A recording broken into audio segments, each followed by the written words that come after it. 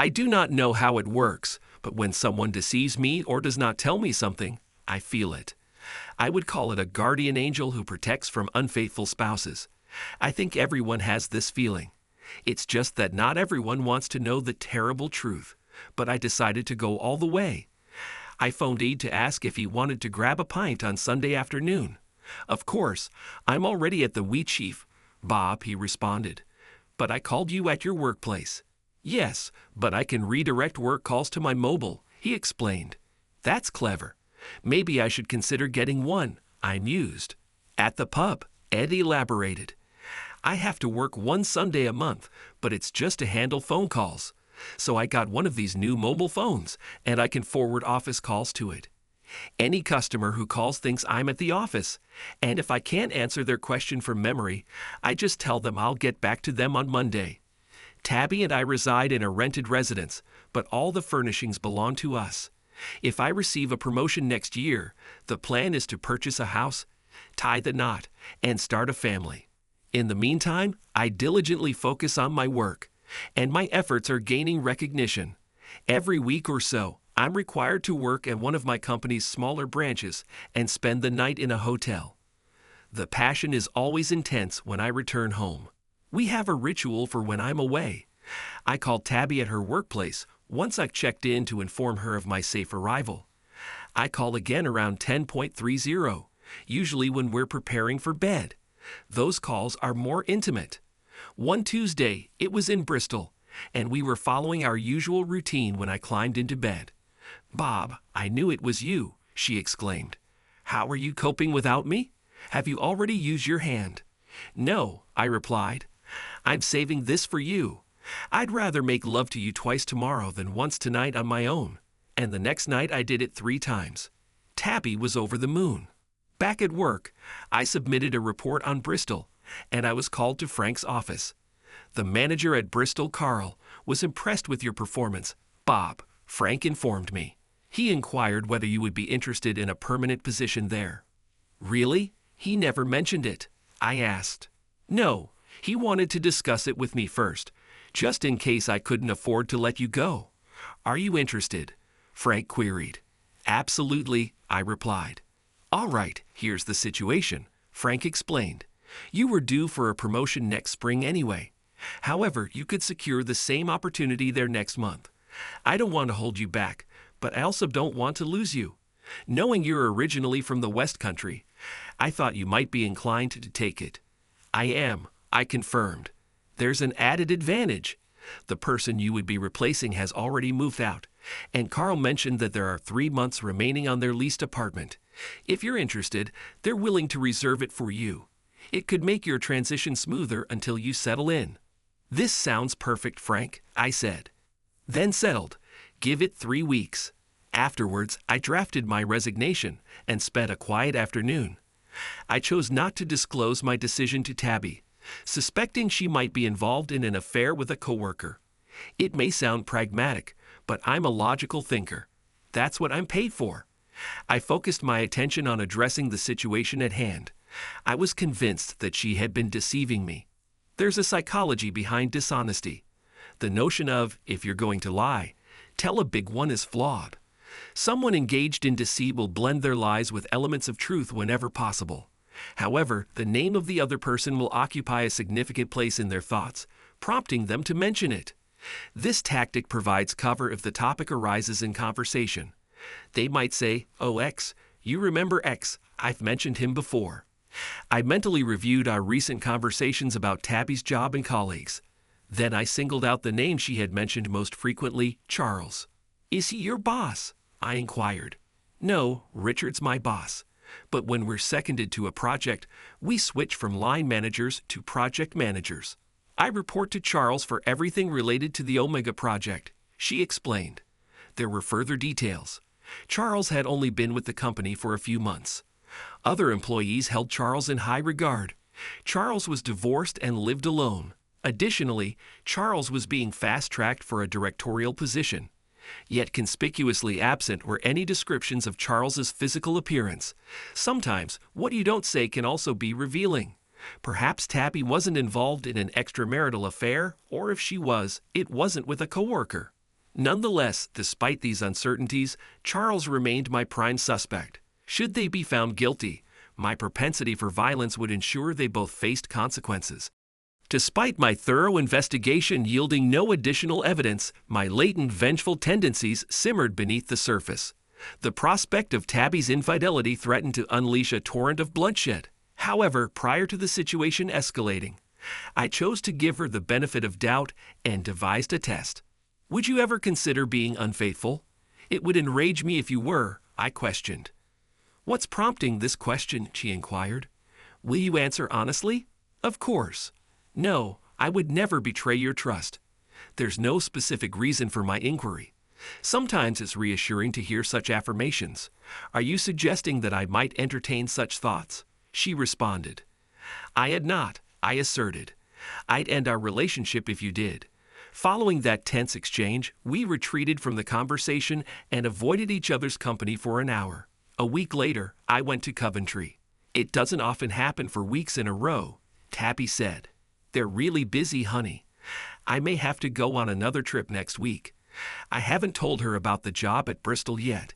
It's going to be a secret for now. That night, from my hotel room, we completed our usual bedtime routine over the phone. And I added, I hope you're all comfortable in bed together. Not again. Of course, I'm alone in bed. Are you sure you don't want anything to eat? She asked when I returned the next evening. No, it's late. I just need to go to bed. I don't sleep well without you, I replied. In the bedroom, there were 2 cushions, propped up on their corners and leaning against the headboard. What's this? I inquired. It's modern. It looks sophisticated, she replied. While Tabby was brushing her teeth, I changed into my pajamas. Suddenly, as I finished brushing, I heard her scream. Hastening back to the bedroom, I found her perched on a chair, terrified. She resembled Tom's hefty black cat startled by Jerry. Spider, she exclaimed. The duvet was pulled back on her side, revealing a large tarantula. I grabbed it, held it up to my face, and scolded, naughty spider, scaring poor Tabitha like that. Tossing it towards the bedroom door, it rebounded onto the floor, twitched once, then lay motionless. All sorted babe. The hero's back, I assured. You jerk. She descended from the chair. You're aware of my aversion to spiders. Well, yeah, that was the intention of the prank. It wasn't amazing. Remove it, she demanded. I grabbed it. Not hairy as expected, but made of rubber. Where should I place it? Toss it into the spare bedroom. And while you're there, go to bed. You're not sleeping with me tonight, she declared. I took the object downstairs and placed it in the kitchen garbage bin, wrapping it with newspaper beforehand. Then I went back to the bedroom. I refused to sleep in the other room. Hotel beds never give me a good night's sleep. Well, you're definitely not getting any intimacy, she remarked, huddled into her pillow, holding on to one of her decorative cushions tightly. Fair enough. I'll make sure to keep any alone time discreet, I replied. Of course, I didn't engage in that activity, and during the night she cuddled up to me. In the morning, we expressed our love passionately. Afterward, while lying in each other's arms, she spoke. I'm sorry about last night. You really startled me, she apologized. I apologized too. I picked it up at a joke shop while I was away. It was meant to be lighthearted, I confessed. I wasn't completely taken aback by her morning announcement. We've been invited to a barbecue on Saturday, she revealed. Oh, by whom? Could it be Charles? I speculated. By Charles, she confirmed. He's invited everyone from the project along with a few neighbors. Since he doesn't know many people around here, it's a good opportunity for all of us to socialize. Well, let's go and give him a warm welcome then, I agreed. Excellent. He also asked if we could each bring our own drinks, she added. In the late afternoon, we assembled. Alongside a dozen familiar faces from the office, there were about half a dozen neighbors I hadn't met. I couldn't say if everyone received the same attentive treatment as Tabby and me, but he was eager to give us a tour of the house. The master bedroom intrigued me the most, with its carefully arranged cushions, a touch of sophistication we lacked with only 2 on our bed. I noted. Downstairs, Tabby mingled with her co-workers while Charles and I retired to what he called his study. though it felt more like a library to me. The sight of golf clubs tucked away in a corner seemed out of place. "You've got quite the collection of Stephen King's," I remarked, picking up the stand. "I've never seen this extended version before." As I reached for my reading glasses, he mentioned, "Many of them are first editions." I hesitated, about to return the book. "No, go ahead, take a look. The valuable ones are all on the top shelf, some still in their original wrapping," he encouraged. Throughout the barbecue, I discreetly observed Tabby, but she betrayed nothing. She had brought along 2 chilled bottles of Pinot Grigio in a cooler, a choice I hadn't known her to make before. I, on the other hand, had packed 12 cans of Boddingtons in the same cooler, not anticipating to consume them all and willing to share. One of our neighbors had arrived with a liter bottle of the Macallan. I made a mental note to get better acquainted with him. I stood beside Charles, engaging in conversation. "She's quite beautiful, isn't she?" I remarked. "Who?" "Tabby." "Oh yes, indeed, she's lovely." "Lovely," I thought. That's a telltale sign. You're afraid to acknowledge her beauty in front of her husband. He was casually attired in a polo shirt and jeans and remarkably hairy. Unlike me, who had minimal underarm hair and none on my chest, his was protruding through his shirt, reminiscent of a large spider. I couldn't help but smile. Later, while Charles was occupied at the barbecue, I slipped into his kitchen.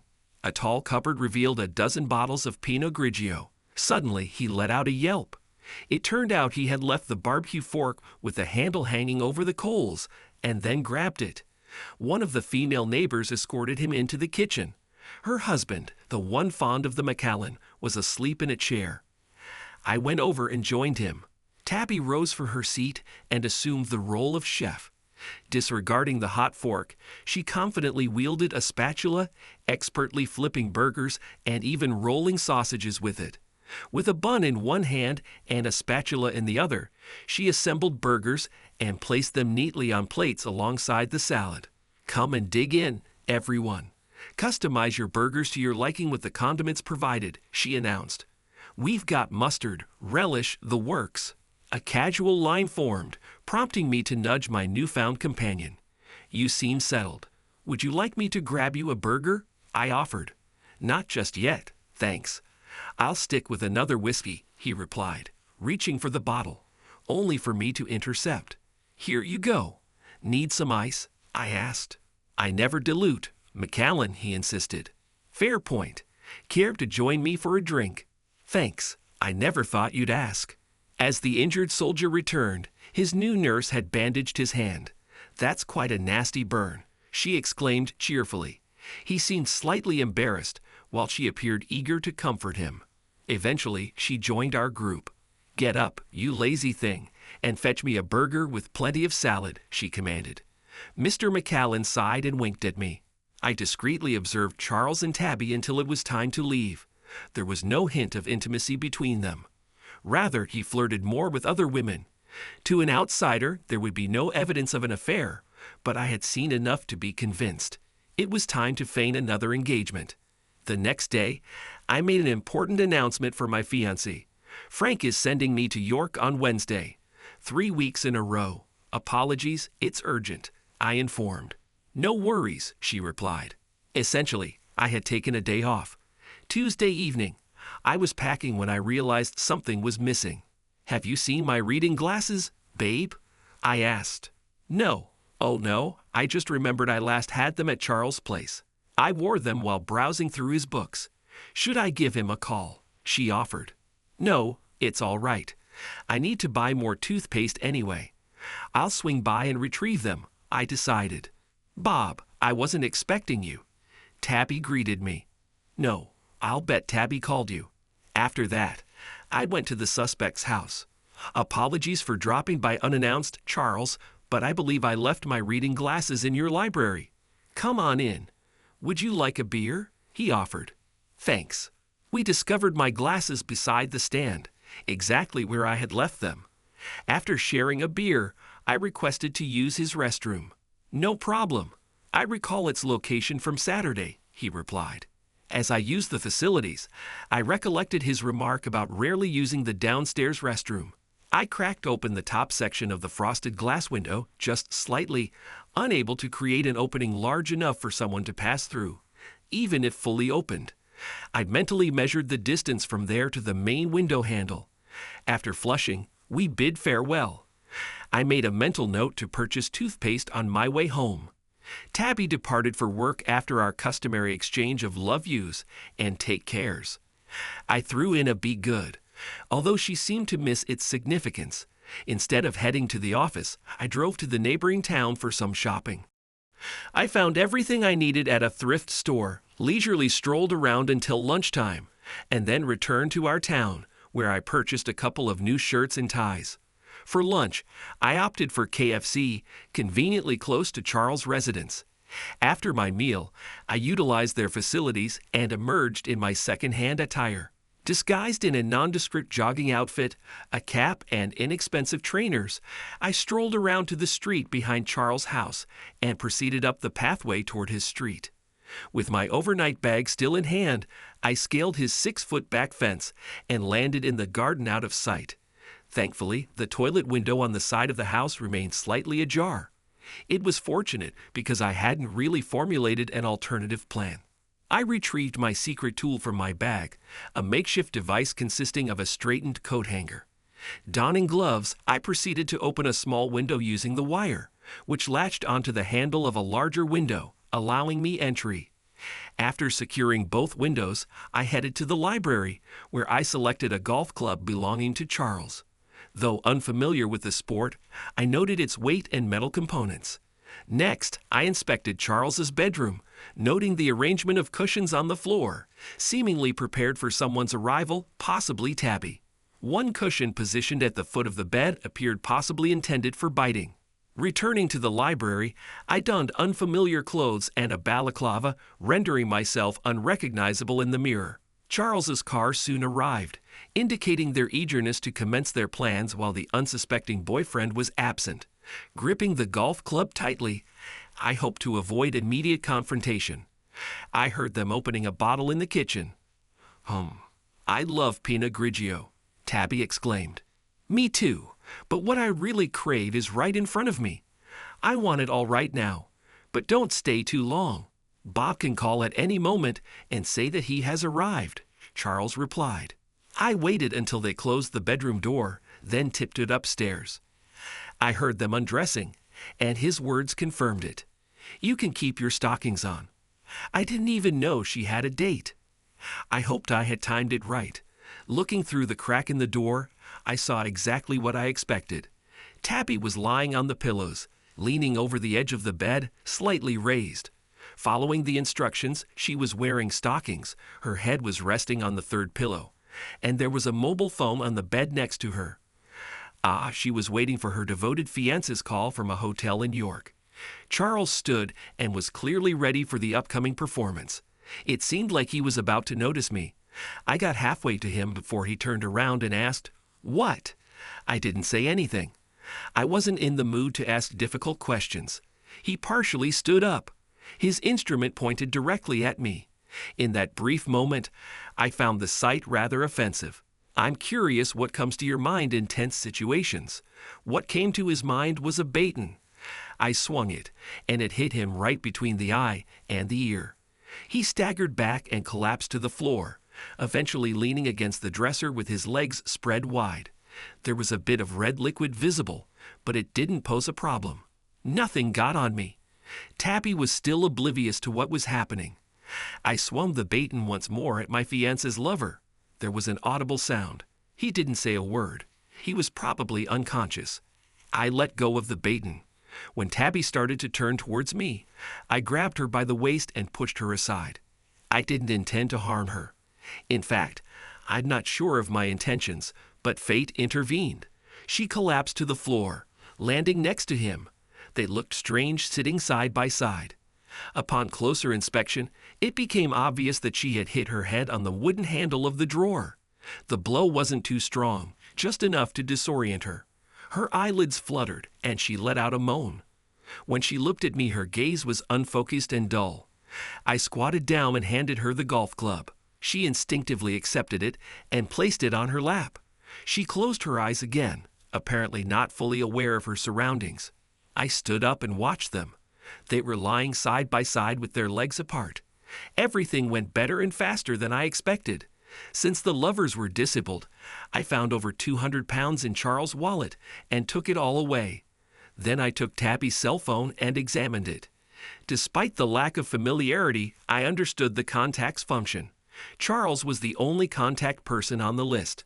I realized that she had a separate phone to contact her lover. Going down the stairs, I took off my balaclava and gloves.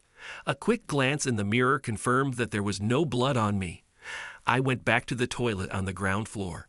If the following step failed, my only option would be to exit through the front door. I pushed open the primary window and made my way out, carefully adjusting the latch to ensure it stayed shut. This method had never let me down in my younger years. After removing the SIM card and battery from the phone, I disposed of them, along with the balaclava and gloves, into the canal. Inside KFC, I switched back into my regular attire, grabbed a coffee to take away, and headed home. A moving company delivered some packing boxes to my house. I waited until 5:30 before calling Tabby's workplace. Unfortunately, she had already left early. I then contacted her mother and her brother, but they hadn't seen her either. By 7, I was calling the local hospital. They informed me that they were just about to contact me. Tabitha Poulter had been admitted with a head wound. I hurried to the hospital where the police were already present. They wanted to speak with me, but allowed me to see her first. However, she had been sedated, so there wasn't much point. The officers then led me to a quiet area. "I'm D.S. Carter, and this is D.C. Burton," said the male officer, nodding towards the female. "We need to know your whereabouts today, Mr. Poulter, and I need to know what happened to my wife." The medical staff only provided vague details. "I'm sorry," replied D.C. Burton, "but we can't disclose any information at this stage. Listen, my wife and I are moving this weekend. I took the day off today to pack, then went to Collier's this afternoon to buy shirts for my new job in Bristol. After that, I had dinner at KFC before heading home. Have you ever visited Charles Diamond's residence?" "Yes, twice." "Can you disclose when and for what reason?" "No." "Why not?" "Because I'm unsure of your motives for asking. I'm under a lot of stress. My wife is unconscious, and her relatives are on their way. I believe the saying goes, a lot on my plate. And here you are prattling on about some guy I barely know. What happened to her? You need to understand." "No, I don't need to understand. Here's the deal. You share everything you know, and I'll reciprocate. If that means spending the night in a cell, so be it. My day can't get much worse." They exchanged glances, and he gave a nod. "A 999 emergency call was received by the ambulance service tonight. They requested medical assistance at Charles Diamond's residence. We arrived and had to forcibly enter through the front door. He was discovered in his bedroom. Initially, the medics kept us out, so I lacked details on his injuries, but he was reportedly unconscious. Tabitha Poulter was also found in the bedroom near the bedside table, still clutching the phone. What were they dressed in? Come on. You know exactly how this looks. What were they wearing?" He looked to the DC and she responded. "They were both unclothed, Mr. Poulter." I maintained a serious demeanor. "Did they offer any explanations?" "Mr. Diamond remains unconscious. Nurses mentioned your wife briefly mentions seeing a black man in the room. However, there were no signs of forced entry." "Thank you. I understand you're not trained to provide opinions on their injuries. Share your thoughts, and I'll provide further details." "Your wife has head injuries. As for Mr. Diamond, all I know is his condition is more severe than your wife's. Robbery might have been the motive." I paused briefly to process this fresh information. "My spouse is employed at Wade's alongside Diamond. Last Saturday we attended a barbecue at his residence where I observed some subtle flirtation. Later I realized I had forgotten my reading glasses there and returned to retrieve them last night. Diamond and I shared a beer, and I stayed for approximately 30 minutes. Were those the only instances?" "Yes." They took notes. I found it astute, refraining from using his first name. After all, I was the aggrieved party. Clearly, It appears as though she was having an affair with him, I continued. I had no inkling aside from witnessing some innocent flirtation. My spouse knew I was off work today and mentioned she would be home a bit late. She was collaborating on a project with Diamond. Now it all makes sense. We circled the topic a few more times and eventually wound down. They rose to leave. I must request that you remain in the vicinity until our investigations are concluded. You likely have colleagues in Bristol. I am relocating there this weekend as I commence a new job on Monday. I can provide you with the new address. That will suffice. Please contact our Market Road station before you depart. A message will suffice if we are unavailable. At work, there wasn't much to occupy me except finishing my tasks and organizing my personal belongings. By Friday, I had almost everything packed up at home except for some laundry items and a towel. Fortunately, my boss had granted me the afternoon off. In Bristol, Carl had arranged for a colleague to be at my new address with the key to let the movers in. Anticipating some farewell drinks on my last day, I used some money from Charles to book a budget hotel nearby. By the time I arrived at work in a taxi, the movers had already loaded my belongings, including the bed, and departed. The house felt chilly and desolate, as empty houses often do. Tabby's parents came to collect her clothes and personal items. Is this really necessary? Her mom asked. Can't you two work things out? I disregarded her and turned my attention to Tabby's father. If your wife went off to another man's house to have intercourse with him, would you attempt to reconcile things, Dave? Well, really, there's no need for such vulgarity, her mother interjected. That's exactly what I'll be informing Tabby. Just remove her belongings from here and refrain from visiting the hospital until after I've been there. The phone interrupted us. Tabby was regaining consciousness. Upon my arrival, the same two officers were present. Would you like an update before your visit, Mr. Poulter? Sounds like a plan. I'm not in a hurry to see her. Mrs. Poulter's fingerprints were discovered on the golf club that injured Mr. Diamond. He's still unconscious, by the way. She remains confused about the events, but insists she doesn't recall touching it. Moreover, she still maintains that someone else was in the room, despite our evidence to the contrary. Initially, we theorized that he attacked her, and she defended herself, causing him to pass out. However, it doesn't quite add up. In fact, none of it does. Frankly, the presence of a third person would explain the scene we encountered. But the only scenario in which that makes sense is if someone was already inside Mr. Diamond's house when they arrived. And that would make me a prime suspect if I had the means to enter. But I wasn't aware of their affair until you practically informed me. Besides, I don't have much of an alibi. D.C. Burton hesitated before speaking, then refrained. I believe I understand her unspoken thought. Typically, innocent individuals lack solid alibis, she might have said. Listen, I'm relocating to Bristol today. Can you verify that it won't pose any issues? I don't intend to impede your inquiry, but this new job is crucial. Of course, proceed with your move. We're aware of your new address, however, we might need to interview you again. In the end, I managed to see Tabby, though she seemed quite drowsy. So what have you been doing?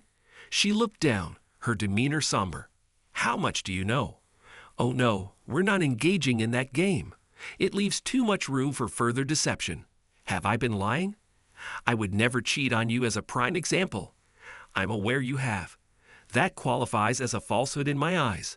Just assume I'm aware of everything and tell me the truth, every bit of it. She sighed resignedly. I had a relationship with Charles. Do you know what he's like? They didn't tell me. We'll discuss this later. Why did you get involved in this affair? I'm not really sure. He intrigued me. And what happened before you called an ambulance? I'm not really sure. We were going to make love, and suddenly I heard him fall. Maybe he was pushed off me. Then I fell or was thrown next to him. Why are you so insecure? I hit my head on the dresser handle. When I regained consciousness, I crawled to the phone by the bed and called for help, then lost consciousness again. But I'm sure there was a man in the room. He hit Charles, then me, although the police claimed that no one was there. Do you know more? Yeah, I don't know much. Please tell me. I'm so confused. There's something you need to tell me first. And you have to either tell the truth or I'll leave. I'll leave. Did you buy a mobile phone? Yes and no. Charles bought it for me. To communicate during your affair? Yes. Okay, I'll share what I know. But you're still a little out of your mind, so listen carefully. Good. I realized you were having an affair because I called Ede, and he redirected calls from his office to his mobile. I noticed a distinct pause and change in tone when the phone rang, indicating something suspicious. When I called you during my trip to Bristol, I noticed the same pattern. That led me to suspect you had acquired a mobile and were doing the same thing. The only reason I could think of for you to transfer calls from the house phone was if you weren't actually at home as you claimed. Then I noticed the cushions around our pillows, identical to those on Diamond's bed. The conclusion, you got the idea from there.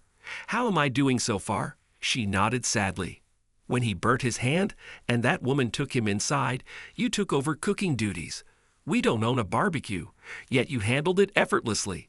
You were flipping burgers like a pro. And when you first stepped in, you instinctively reached for the spatula without even looking. You've had barbecues in his garden before, haven't you? A few tears welled up, and you brought Pinot Grigio to that barbecue. First time we've ever purchased that. But it wasn't your first time drinking it, was it? No. Diamond has a whole cupboard of it. I checked. You're quite cunning. I'm obviously more cunning than you. But the highlight was the fake tarantula on your side of the bed. What was the point of that? Everything. You thought I placed it in the bed while you were brushing your teeth, but in reality, I had put it there the morning before I left for Coventry. What? I called you, heard the ringtone change, and said, I hope you're tucked up in bed alone. And you laughed, but you couldn't have been alone. There was a spider in it, so you must have been in someone else's bed, perhaps Diamond's. She sat motionless, tears streaming down her face. Finally, as soon as I left for York, you showed up again. Shortly after I left, you went to your lover to cheat on me and make me look like a cuckold. It's a pity that he got hurt before he had the opportunity to make love to you. Wait a minute. She tried to sit up straight. There's no way you could have known these details. You were in his bedroom, weren't you? You were that mysterious figure in black. I'm going to report this to the police. Don't be shy. The police report indicated that the location of the pillows suggested a certain pose. Your medical examination revealed signs of love activity, or to be more precise, the prerequisites for this. They also confirmed that he did not communicate with you fully, at least not at that time. She leaned back. There is no evidence of anyone else in that house. I admit the police are struggling to piece together a plausible scenario. But you were on the verge of becoming intimate, which led to an accident, and your partner suffered head and instrument injuries, apparently inflicted by his own golf club. The question is, who initiated the fight? Was it you? It definitely wasn't me. Otherwise, things would have taken a much darker turn. She glared at me, a mix of confusion and suspicion in her eyes. Diamond is still in critical condition, and your fingerprints are on the weapon. So go ahead and tell the cops you think it was me. They already think you're crazy. Tabby's cries grew louder. Another thing you should know. Our house is empty. Your belongings are at your mother's place. When you see her next, mind your manners. She doesn't appreciate vulgarity. Tabby appeared even more puzzled. I've returned the key to the landlord, so don't attempt to go back there. If you do, you'll be adding trespassing to your list of offenses. Also, I've secured a new job and a new address. You don't need to know where. What? You heard me. Life moved forward while you were entangled with Mr. Diamond. But be warned. I contacted your office yesterday. They were only aware that you both were injured. I informed them of your actions, and I doubt they'll be collecting money for flowers anymore. I'll be surprised if you still have a job once you're discharged. And as for Diamond, I doubt he'll ever leave that hospital bed. He's practically a vegetable. It suits him. You bastard. Coming from you, that's rich. If you struggle to find a job after you're released, you could always resort to selling yourself near the train station after 9 o'clock. The neck brace might deter some customers, but your skills should still be intact.